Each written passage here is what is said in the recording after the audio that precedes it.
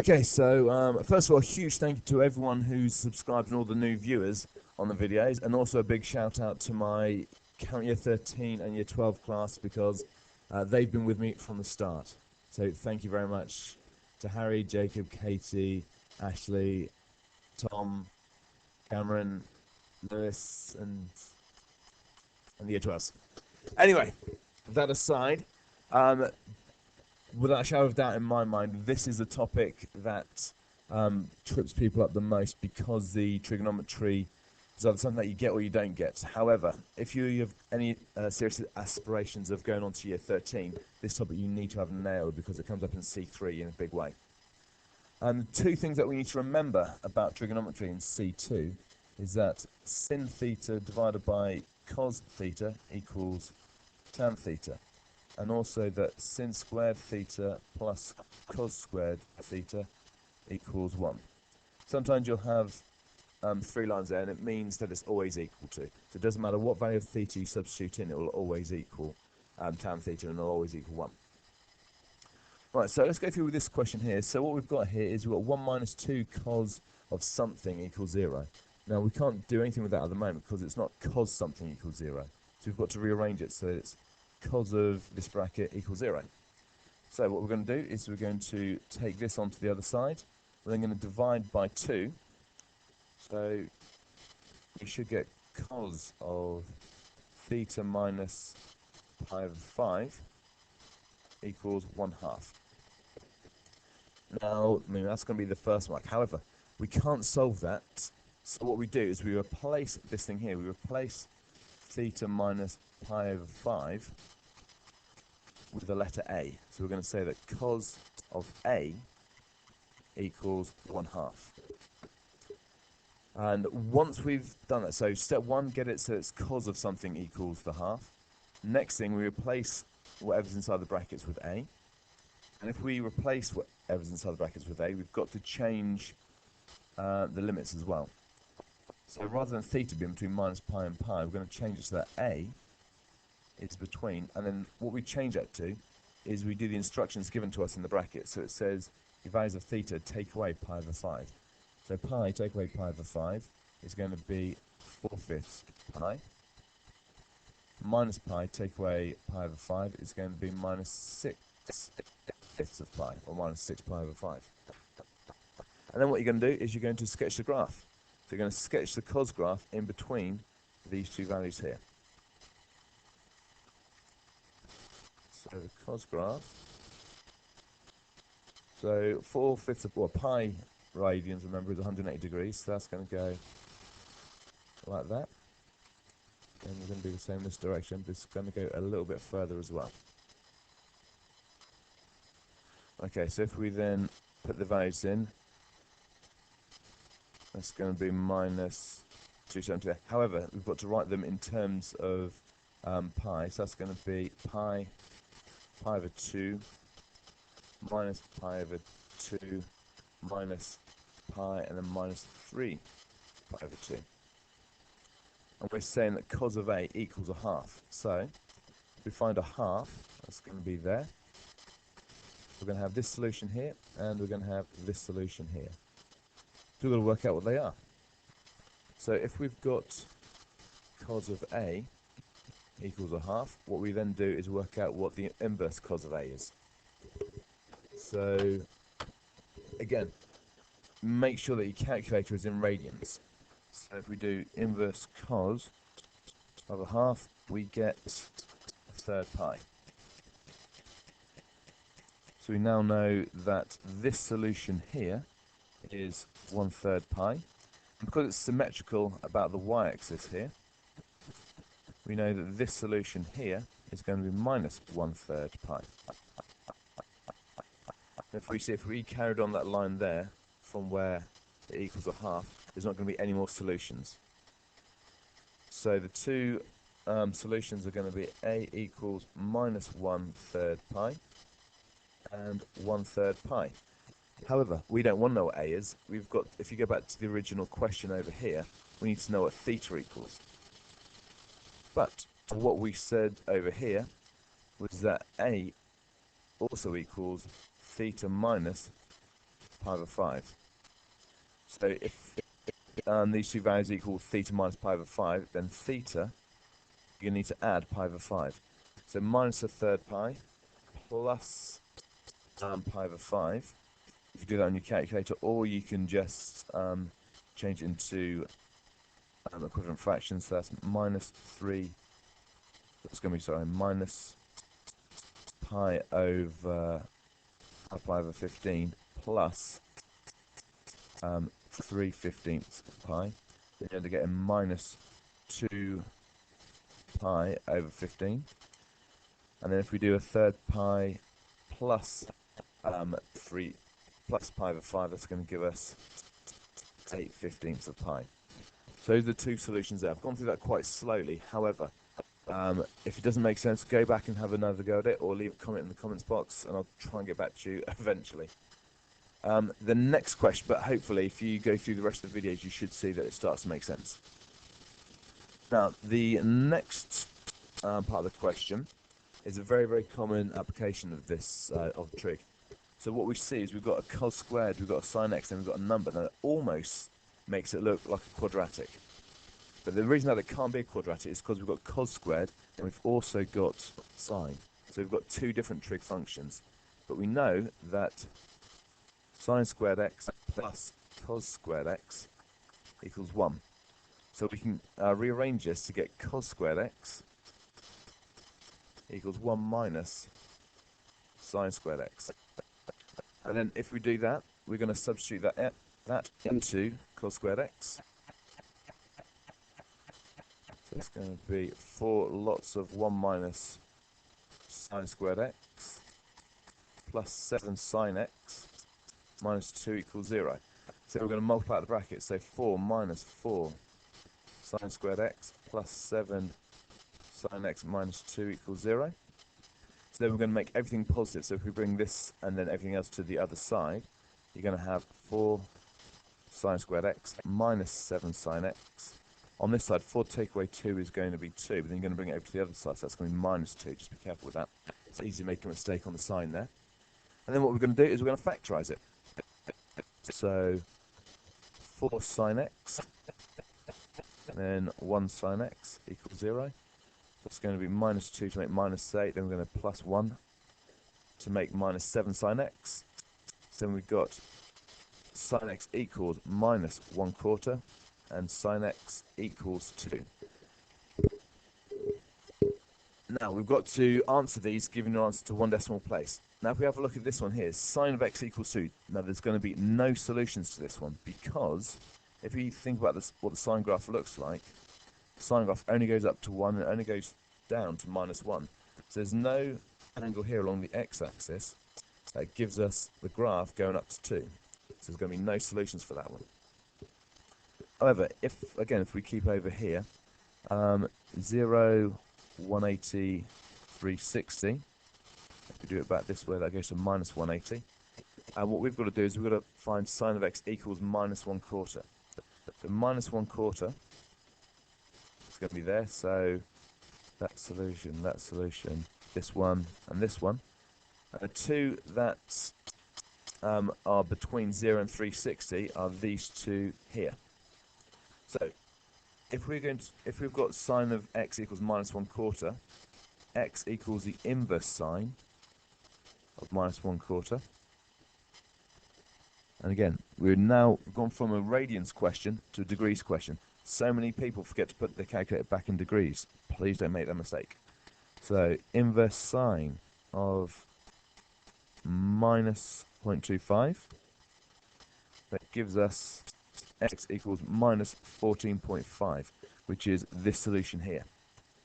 So what that now tells us is that minus 14.5 is from the bottom of the graph here, from 0, goes this way, 14.5. So using symmetry, if we go 14.5 this way, that's going to give us this solution here. So 14.5 on from 180 is going to give us 194.5. And again, if we've got 360 here, if we go in from 14.5, that's going to give us that solution there. So from 360 going back 14.5, it's going to be 345.5. And we don't use this solution because that's not between 0 and 360, but these are the two solutions that we use. So that was a 2016 paper, and 9 marks, so you've got just under 11 minutes to do that one. So you've got enough time to just take your time with it. Next paper was 2015, and again, it's question 8. So again, these questions are quite towards the end of the paper, so they're not going to be easy. Now we've got sine 3 theta minus root 3 cos 3 theta equals 0. Now earlier I said one of the things that you've got to remember is that sine theta over cos theta, we can write that as tan theta. So if we take this and we move this to the other side, we're going to have sine 3 theta equals root 3 cos 3 theta. And now what we're going to do is we're going to divide through by cos 3 theta. So we've got sine 3 theta over cos 3 theta equals root 3. Now we just said over here that this will equal tan 3 theta. So tan 3 theta equals root 3. And then we can almost start to solve it. However, just like we've said on the previous, we've already deleted that bit, on the previous video, we can't do anything because it's not tan of a letter, it's tan of 3 lots of a letter. So what we do is we change it to tan of A. So again, it's the same process over and over. So tan of A equals root 3, and as soon as we replace this with the letter A, we need to change the boundaries. So theta is usually between 0 and pi, so we're going to change it. And now we're going to do exactly what it says from the theta, so we're going to times the boundaries by 3. So it's going to be between 3 pi and 0 times 3 is still 3. As soon as we've done that, so as soon as we've got tan A equals this and we've changed the boundaries, our next step every time is to sketch the graph, or sketch the tan graph, between 0 and 3 pi. So the tan graph looks like that.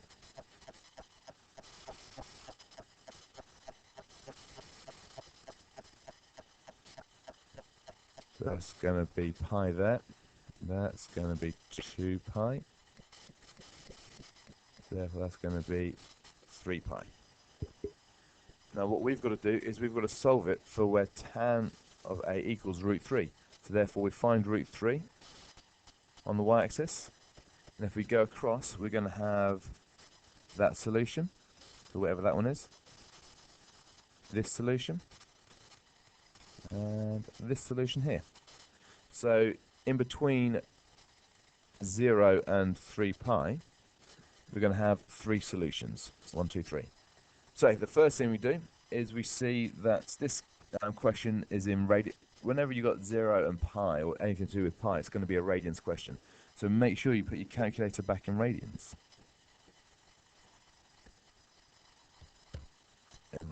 Done that. So now we've got tan of A equals root 3. So A is going to equal the inverse tan, so tan to the minus 1 of root 3. And that gives you pi over 3 again. So we've got A equals a third pi. So we know that this gap here is a third pi. So it goes in from where the graph starts on the x-axis. So again, we're going to go in a third pi from here. So that's going to be pi plus a third pi, which is going to be 4/3 of pi. And if we go in from this point here, if we go in by the same gap there, even though it doesn't look the same gap on the diagram, but if we go in again another third pi from where it crosses the x-axis, that's going to be 2 pi plus a third pi, so that's going to be 7/3 of pi. Now, for this one, as it's a revision video, there's a bit of a shortcut to do this. Whenever you get a solution for the tan graph, the next solution is going to be an extra 180 degrees on, or an extra pi radians on. So the next one, you add another pi, or another 180. So there you go, those are our 3 solutions. But there are 3 solutions for A, so what we've got to do is we've got to put those back in terms of theta. Now we said that A was 3 theta. So 3 theta equals all of these. Then 1 theta, you need to divide by 3. So it's going to be a third of pi divided by 3, so that's going to be 1/9 of pi, or pi over 9. 4/9 of pi, 7/9 of pi. And that's your first 3 marks. Now, again, if we have a look at the next one, it says, given that 4 sine squared x plus cos x equals 4 minus k. So again, it's looking like that quadratic thing. So for this one here, we know that sine squared x plus cos squared x equals 1. So we've got to get rid of this sine squared x. So we know that sine squared x equals 1 minus cos squared x. And what we're going to do is we're just going to substitute in for sine squared x, this thing here. It's going to be 4 lots of 1 minus cos squared x plus cos x equals 4 minus k. So then what we're going to do is we're going to multiply the brackets. So 4 minus 4 cos squared x plus cos x equals 4 minus k. Then what we're going to do is we're going to get everything on the right hand side so that we've got a positive cos squared. So if we do that, we're going to have 4 cos squared x. That's going to be minus, once we take to the other side. If we take away 4 from both sides, that just disappears, and we're left with minus k. So we've got a quadratic, and we've got to find cos x in terms of k. So if we're going to solve this, usually we'd factorise. However, we can't factorise because this isn't a number. So we've got to find another way. So it's either completing the square, or probably the easier way, or certainly the easier way in this case, is use the quadratic formula. So here, a equals 4, b equals minus 1, and c equals minus k. And we're going to, because the variable here is cos x, so we're going to say that cos x equals, and then it's going to be minus b plus or minus b squared minus 4ac all over 2a. Again, just get used to doing that. If you've got a quadratic and it's in terms of either sine squared or cos squared, the solution will be cos x or sine x equals, and then it's going to be the coefficients here. And it's kind of hard to get your head around, but once you've seen it 2 or 3 times, you get used to it and it becomes easy. But again, the whole thing with this revision is you've got to see as many of these questions as possible. So we've got cos x equals this. Cos x equals 1 plus and minus, substitute these in, so minus 1 squared is going to be 1. I always stick 4ac in brackets just because it's easy to get confused with negative numbers. So 4 times 4 times minus k, 4 times 4 times minus k, and all of that is going to be over 2a, so all of that is going to be over 8. We've got cos x equals 1 plus and minus, 4 times 4 times minus k is going to be minus 16k, so minus minus 16k, it's going to be 1 plus 16k over 8. And there you go, that's our solution. We've now got cos x equals, and we're going to have 2 solutions. We're going to have plus and we're going to have a minus. So the next thing, when k equals 3, find the values of x in the range of that. So we know that to solve, substitute in k is 3, we're going to have cos x equals 1 plus and minus 16 lots of 3 is 48, plus 1 is 49, so it's going to be the square root of 49, which is a nice number, all divided by 8. So the 2 solutions are going to be cos of x equals 1 plus 7, which is 8 over 8, so is 1. 1 take away 7, which is going to be minus 6 divided by 8, so cos of x equals minus 6 over 8, and that's just by solving this thing here. If we simplify that down, that's going to be minus 3/4. And we're going to solve cos of x equals 1 and cos of x equals minus 3/4 in between 0 and 360. So again, when we solve it, what we do is we're going to sketch out the cos graph. But you've got to be a little bit careful with this. So when we sketch out the cos graph here, between 0 and 360, let's start off at 1, something like that.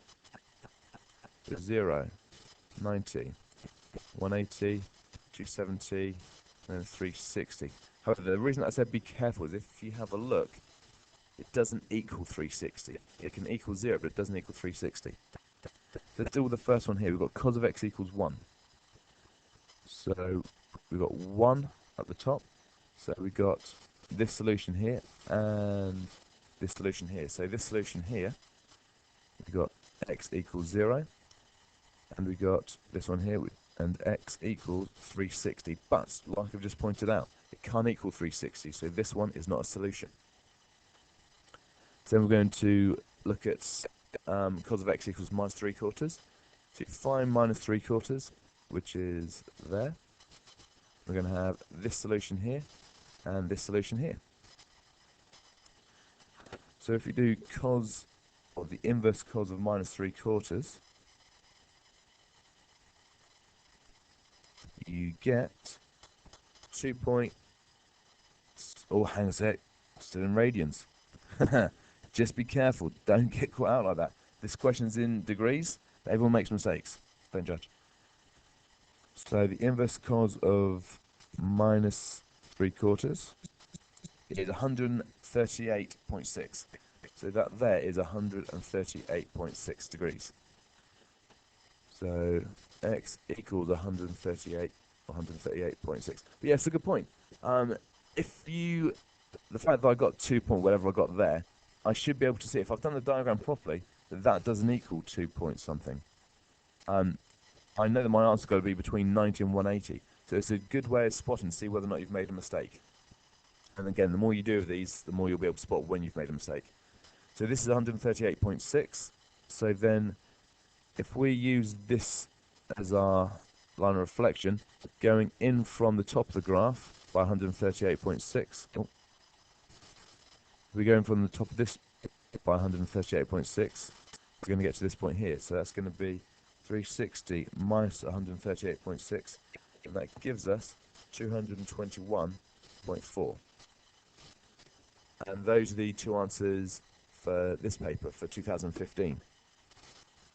We've got one more paper to do on this. Again, feel free to pause the video, take a break, come back to it. But hopefully what we should find is that the first question is exactly the same as the previous two. And this time it's worth 4 marks. And again, it's in degrees, so I'll make sure my calculator is in degrees. So I'll set the same question up in exactly the same way. So I can't answer it at the moment because it's 9 sine of something. I need to have it sine of something. So if I divide both sides by 9, I'm going to get sine of theta plus 60 equals 4/9. And again, I can't do that because it's not sine of one letter. So what do? I change it to an A. So sine of A equals 4/9. If you watch this video again, what you will notice is that the first step each time is I get it of sine of something equals, the cos of something equals, and then I replace this with just the single A. What I then do, as soon as I've done that, I need to change the limits. It's a repetitive process, but it's repetitive in a good way, because if it becomes repetitive, it means that you know what you're doing, you're just having to do it over and over again. So we change the limits by adding 60. So add 60 onto this one, it's 420. Add 60 onto this, you've got 60. So now I'm going to solve sine A equals 4/9 between 60 and 420. So again, once I've changed the limits, I draw the graph. So the sine graph looks like that. So that's 0, 180, 360. But I need it to go up to 420. So if I do another thing up there, that's going to be up to 450. And then I find 4/9 on the y-axis. So it's going to be that solution, and that solution. So then what I'm going to do is I'm going to find out what A equals. So A equals the inverse sine of 4/9. So inverse sine, making sure my calculator is still in degrees, 4/9 is, so I've got A equaling 26.4 degrees. So that's that one there. So again, using this as my line of symmetry, if I go in from there 26.4, I've got to go this way 26.4. So 180 minus 26.4 equals 153.6. Again, if I go in 26.4 from 360, that's going to give me that one. So that's 386.4. So those are my three solutions. However, what I noticed that A has to be between 60 and 420. If this one here doesn't quite cut the mustard, so I've got to get rid of that one. So now I've got A equaling 153.6 and 386.4. What I then need to do is I've got to, because the question says I've got to work out the answer for theta. So I've got to put it in terms of theta. So I then change this back from theta plus 60. So if I want to know what theta is, I'm going to need to take away 60. So take away 60 from this, and I've got 93.6. Take away 60 from this, and I've got 326.4. Bless you. And that's it. Those are my two solutions for 4 marks. Now this one, again, is question 7, so it's later on in the paper, so it's going to be kind of tricky. But this one I think is easy to catch people out. And this is something that we haven't talked about yet. So we've got to solve radians, so turn your calculator into radians now. Again, don't get caught out by it. Very, very easy to do. So we've got to solve this. Now, we've already talked about tan x being sine over cos. So if we write 2 sine x over cos x minus 3 sine x equals 0, what the tempting thing to do is divide both sides by, or divide everything by sine x to get rid of the sine x, so you're just left with the cos x. Then you can work that one out. However, if you do that, you're going to get rid of solutions. So on these questions, for 99% of the time, do not divide through by either a sin, a cos, or a tan, because you will lose some solutions. Instead, you do this. So we've changed tan into sin over cos. Then if we multiply by cos, we're not going to get rid of anything by multiplying. So if we multiply through by cos, we're going to get 2 sine of x minus 3 sine x cos x equals 0. Because remember, even if you multiply this side by cos x, which you need to do, it's still going to be 0. Now, obviously, you could divide through by sine x, but that's going to, like I said before, going to get rid of some of your solutions. Instead, what you do is you factorize out the sine x.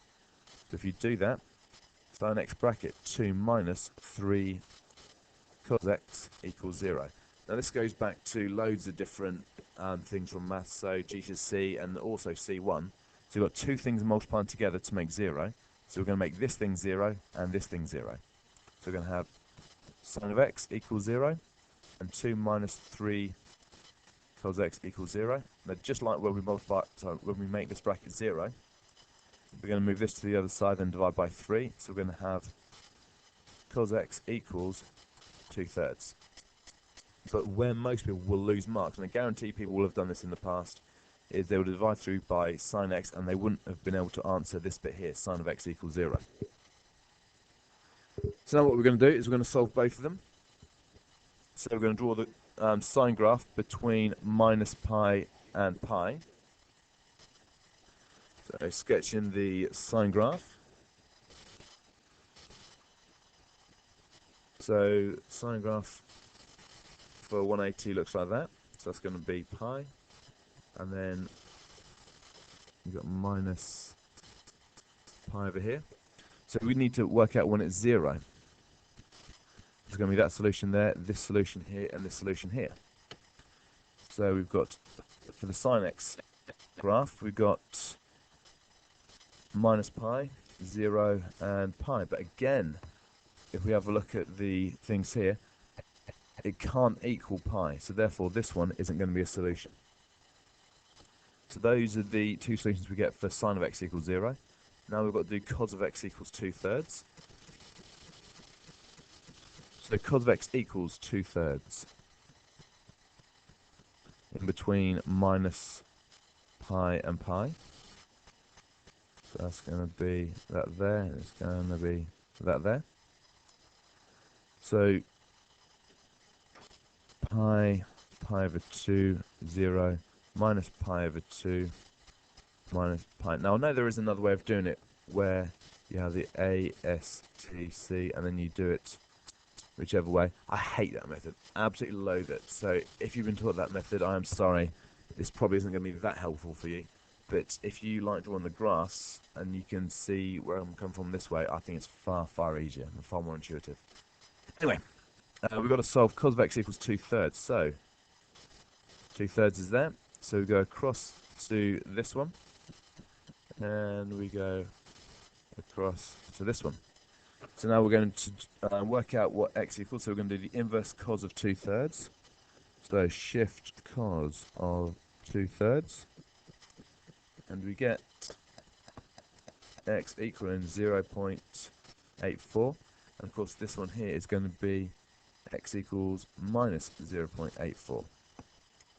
And then what you might want to do is just write in x equals pi equals pi, that should be minus pi, minus 0.84, 0 and 0.84, and those are all your solutions. Well done for making your way through all that videos. If you can, like, share and subscribe. What I'm going to do also is put links to my previous videos, because if you search for the RescorlaMaths Ultimate C2 Revision List, there is a playlist, but it goes through all the other questions as well. So I would recommend doing that. Okay, thank you.